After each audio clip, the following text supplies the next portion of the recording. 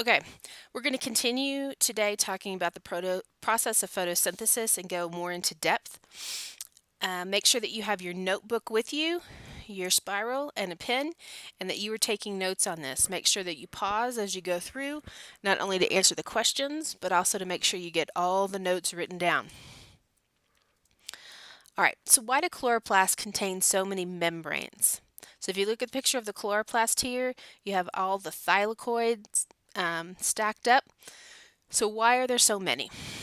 When most pigments absorb light, they eventually lose most of that energy as heat.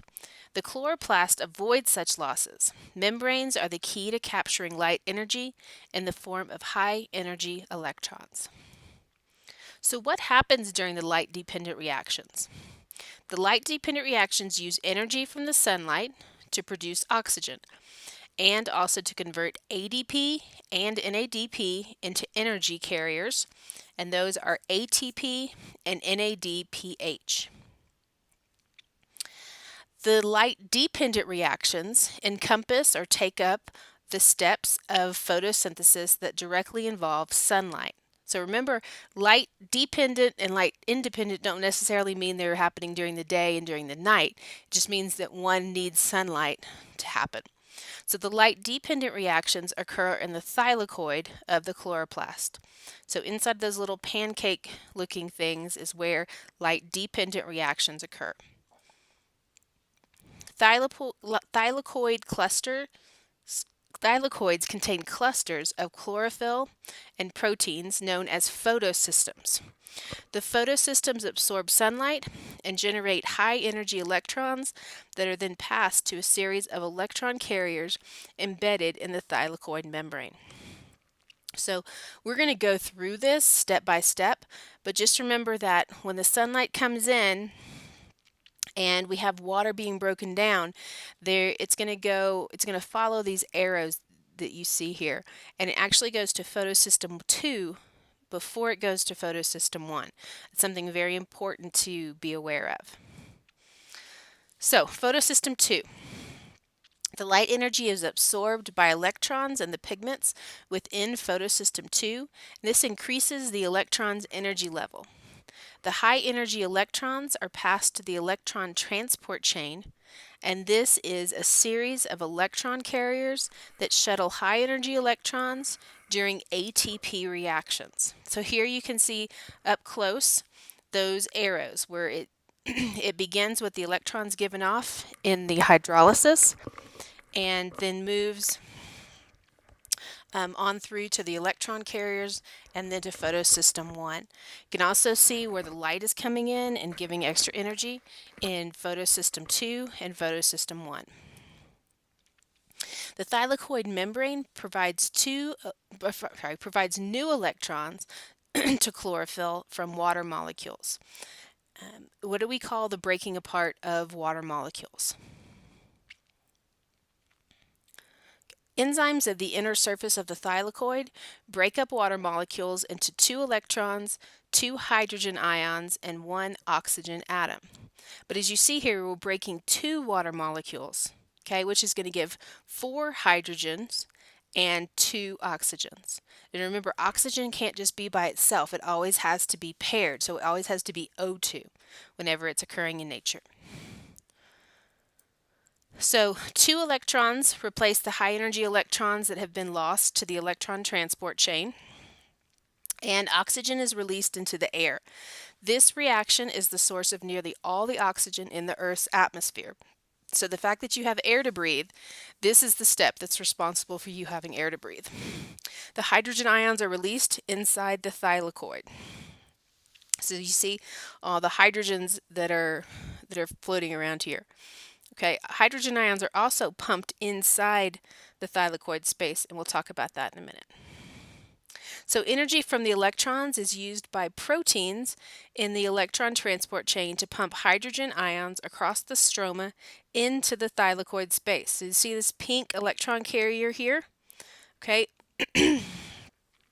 Remember that electron carriers, any of these kind of pumps are made out of what? What macromolecule are these made out of? Okay. At the end of the electron transport chain, the electrons pass to photosystem 1. So they start off in photosystem 2, they're carried through electron carriers to the photosystem 1. Because some energy has been used to pump hydrogen ions across the thylakoid membrane, electrons do not contain as much energy as they did at the beginning. So what happens is here in photosystem 1, you again have light energy, just like you did in photosystem 2, that's going to going to give the electrons back the energy that they lost in pumping the hydrogen inside the thylakoid space. Okay, so at the end of a short second electron transport chain, you now have NADP molecules in the stroma that pick up the high energy electrons and the hydrogen ions at the outer surface of the thylakoid membrane, and now it can become NADPH.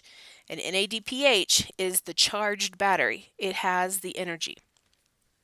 Okay, so if we're following the yellow arrows through, you have four electrons that are given off through hydrolysis. These are carried through the electron transport chain using electron carriers from photosystem 2 to photosystem 1. And then at photosystem 1, they are taken outside of the thylakoid space into the stroma. And here they can be used along with hydrogen to add to the NADP to make NADPH. Okay. Okay. Hydrogen ion movement and ATP formation. So, hydrogen ions accumulate within the thylakoid space from the splitting of water and from being pumped in from the stroma. So, two different ways that we're getting these hydrogens inside the thylakoid space. One, through hydrolysis, and two, through the electron carriers that are pumping the hydrogen in. The buildup of hydrogen ions makes the stroma negatively charged relative to the space within the thylakoids. So the thylakoid space is negatively charged because of the hydrogen. Okay, this gradient, the difference in both charge and hydrogen ion concentration,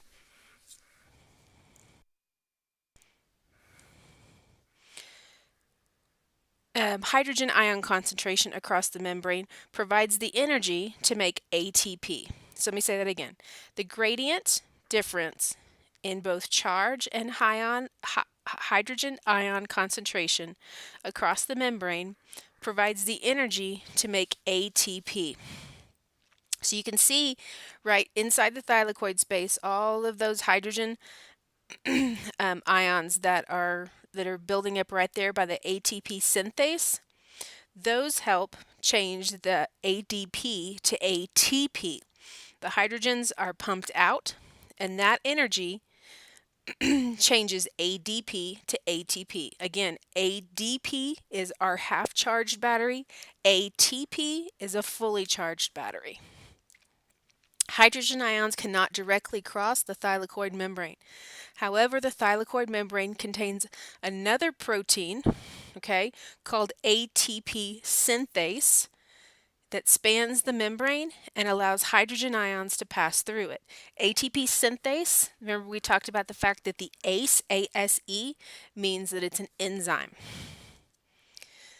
Powered by the gradient, hydrogen ions pass through ATP synthase and force it to rotate.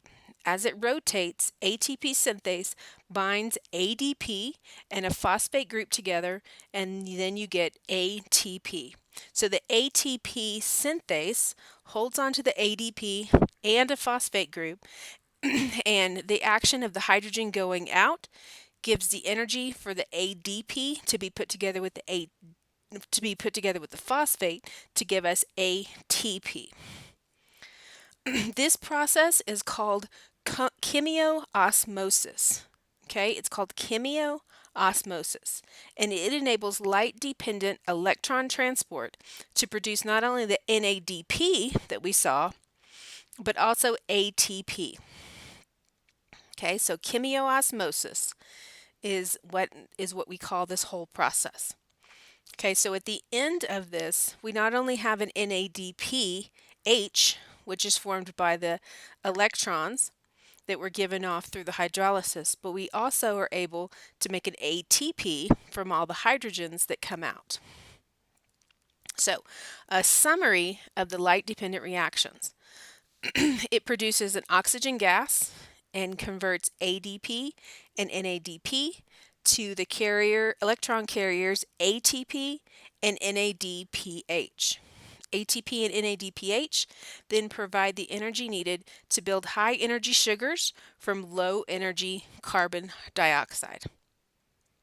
All right, so we're going to stop right there with this section, and we'll continue in class tomorrow. Okay, we're going to continue today talking about light independent reactions. As you remember the last section, we covered light dependent. This is where we're making NADPH and ATP through chemiosmosis. So, what happens in light independent reactions? During light independent reactions, the ATP and NADPH from light dependent reactions are used to produce high energy sugars. So the cell itself can't actually use the ATP and the NADPH to do the things it needs to do. So we're going to use what we made in step 1 to now make something the cell can use in step 2. So looking at the other half of this picture now, the light independent reactions results in producing sugars. So during the light independent reactions, this is commonly referred to as the Calvin cycle. Make sure you know both names, light independent reaction and Calvin cycle. Plants use the energy that ATP and NADPH contain to build stable, high energy carbohydrate compounds that can be stored for a long time. Remember that ATP and NADPH are energy sources, but they're just short-term storage. They aren't good for long-term storage. All right. Carbon dioxide molecules enter the Calvin cycle from the atmosphere. This is where the plant takes in CO2. An enzyme in the stroma of the chloroplast combines carbon dioxide molecules with 5 carbon compounds that are already present in the organelle, producing 3 carbon compounds that continue into the cycle. All right, so remember all this is happening in the stroma, in that space outside the thylakoid within the chloroplast. So we're still within the chloroplast, but we're outside of the thylakoid in the stroma this time. So we have 6 carbon dioxides that come in. These are going to begin reacting with a 5 carbon compound that was already there. Now, as we go through this cycle, where this 5 carbon compound came from will make sense. But for right now, just bear with me that it's already there. Okay? For every 6 carbon dioxide molecules that enter the cycle, a total of 12 3 carbon compounds are produced. Okay, so we have 6 carbon dioxides coming in. So you have carbon dioxide CO2. You have 6 carbons with 6 carbon dioxides. Okay, you're going to end up with a total of 12 3 carbon compounds. So 12 times 3 is what? 36. Okay, so keep that number in mind. So other enzymes in the chloroplast then convert 3 carbon compounds into higher energy forms in the rest of the cycle using the energy from ATP and the high energy electrons from NADPH. So the energy that we made in the first step, the light dependent reaction, we're now going to use in the light independent reaction. Okay, so we've had these 6 carbons come in. They add to the 12 carbons that were already there. We use 12 ATPs. We use that energy, so we end up with 12 ADPs in the end. We use 12 NADPHs here, which after we've used them up gives 12 NADPs. And then we end up with 12 3 carbon molecules. So at mid-cycle, 2 of the 12 3-carbon molecules are removed from the cycle. So we had 12 3-carbon molecules. We lose 3 of them. Okay, these molecules become the building blocks that the plant cells use to produce sugars, lipids, amino acids, and other compounds. So now, if we had 12 3-carbon compounds, we lost 2 of those 3-carbon compounds. How many 3-carbon compounds will we still have? Okay, we're going to have 10 3-carbon molecules now, and these are converted into 6 5-carbon molecules that then will combine with 6 new carbon dioxide molecules to begin the process all over again. Okay, so remember we talked about at the beginning that you would have 6 5-carbon molecules. Those six 5-carbon molecules that we began with to add the 6 carbon dioxides, this is where they came from. They're part of the cycle. So it's not like we begin something brand new. We simply put the carbon dioxides into a cycle that's continuously going, that's been going from before these carbon dioxides come in and will continue on. Okay, so the remaining 10 3-carbon molecules are converted back into 6 5-carbon molecules that combine with 6 new carbon dioxide molecules to begin the next carbon cycle. So let's just look at the math, okay? If we have 10 3-carbon molecules, 10 times 3, that's 30 carbons. Okay, we're going to convert that into 6 5-carbon molecules. So 6 times 5 is 30. We still have the same number of carbon molecules. We're just changing them from 3-carbon molecules into 5-carbon molecules. Okay? Okay, I also want you to look at the ADP to ATP here. This is incorrect. All right, the one in your book is correct. This is actually taking ATPs from the light dependent reaction, 6 of them, and changing it to ADPs. So this is backwards. Okay, we're using energy, not making energy. Make sure you're aware of that. All right, so summary of the Calvin cycle. We use 6 molecules of carbon dioxide to produce 6 carbon to produce a single 6-carbon sugar molecule. So the 2 ATPs that come, the 2 3-carbon units that come out at the bottom of the cycle, where we had 12 3-carbon units and we lose 2 3-carbon units. Those 2 3-carbon units end up combining to make a 6-carbon sugar. In this case, it's glucose. All right. So the energy for the reaction is supplied by compounds produced in the light-dependent reactions. What are those compounds that we use as the energy source for the Calvin cycle?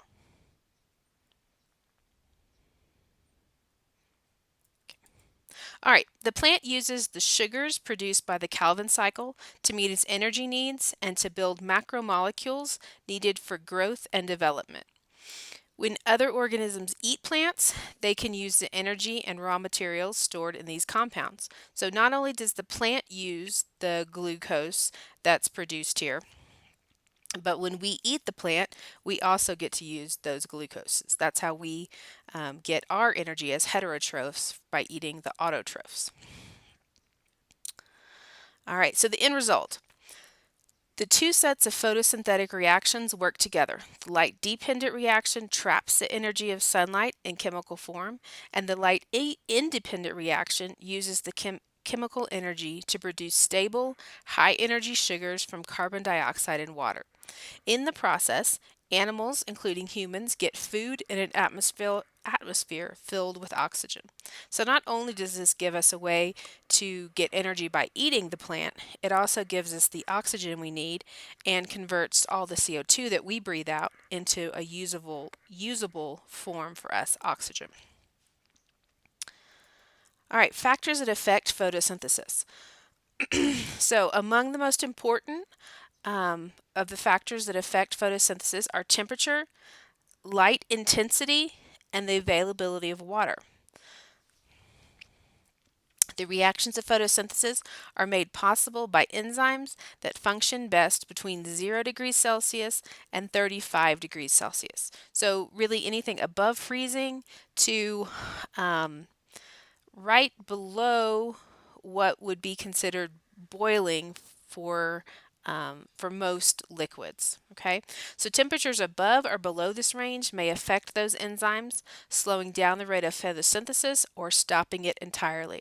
So that's why places that have winter, when it gets really cold and the plants, the chlorophyll dies inside of those plants, they're no longer able to continue with the photosynthetic process until it warms up. Same thing in places that get very hot during the summer. Photosynthesis will also either stop or slow down considerably. All right. So high light intensity increases the rate of photosynthesis.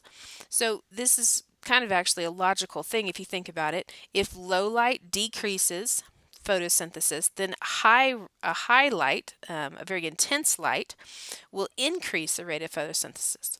So after the light intensity reaches a certain level, however, the plant reaches its maximum rate of photosynthesis. So if you look at this graph here, along the bottom is the light intensity, so how strong the light is. This is measured in photons per meter squared per second. Okay. On the other side, you have the rate of photosynthesis. Let's look first at the shade plants. So the sun plants, the red line. So these are plants that do best in the sun. Okay. When they reach about, let's see, little over 600 micromoles of photons per meter squared per second, then the rate of photosynthesis begins to taper off and the line becomes more straight.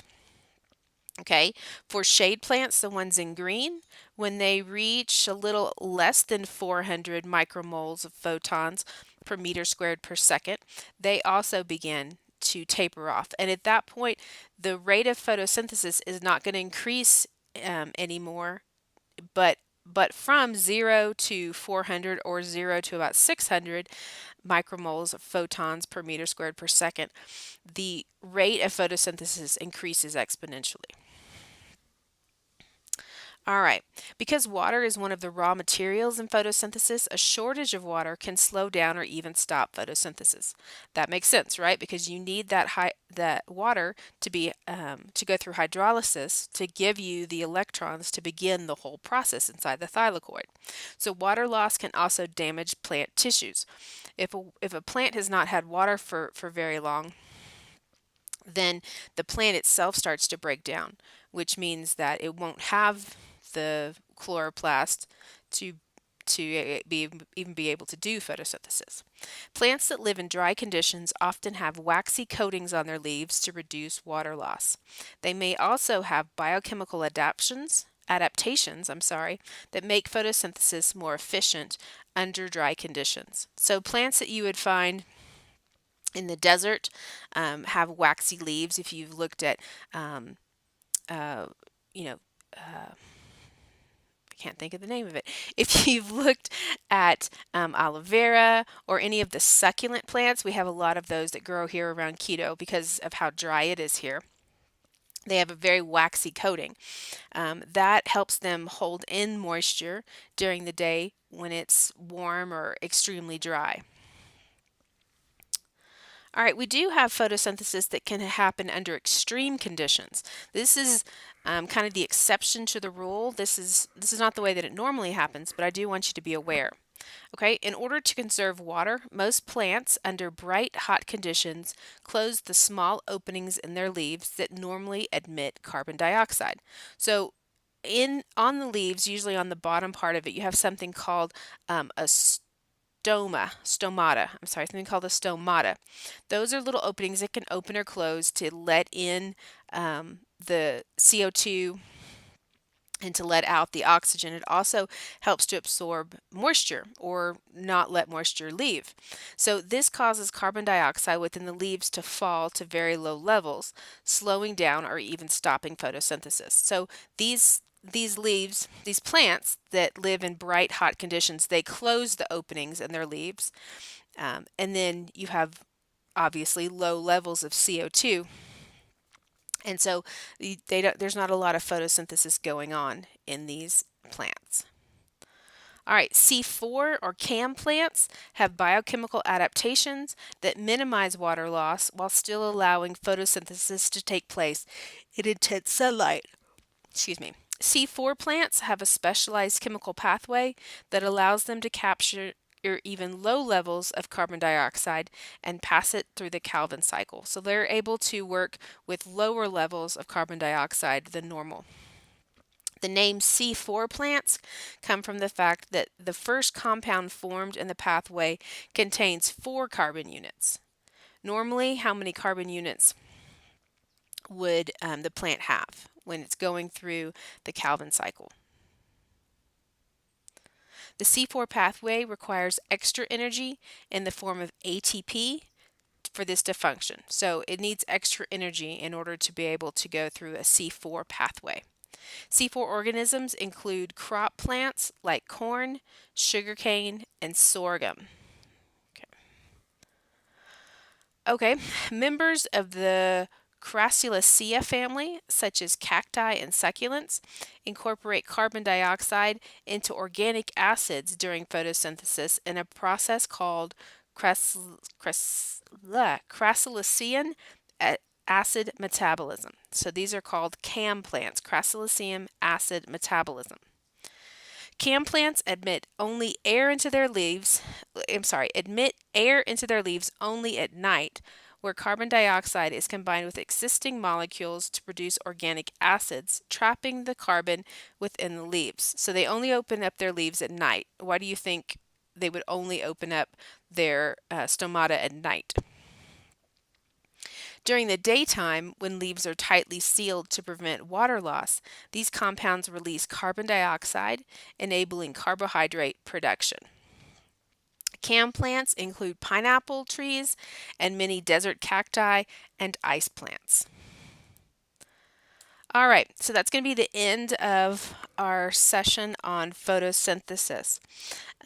Make sure that you have answered all the questions in this section, and if you have any questions in your notes, we'll talk about them tomorrow in class.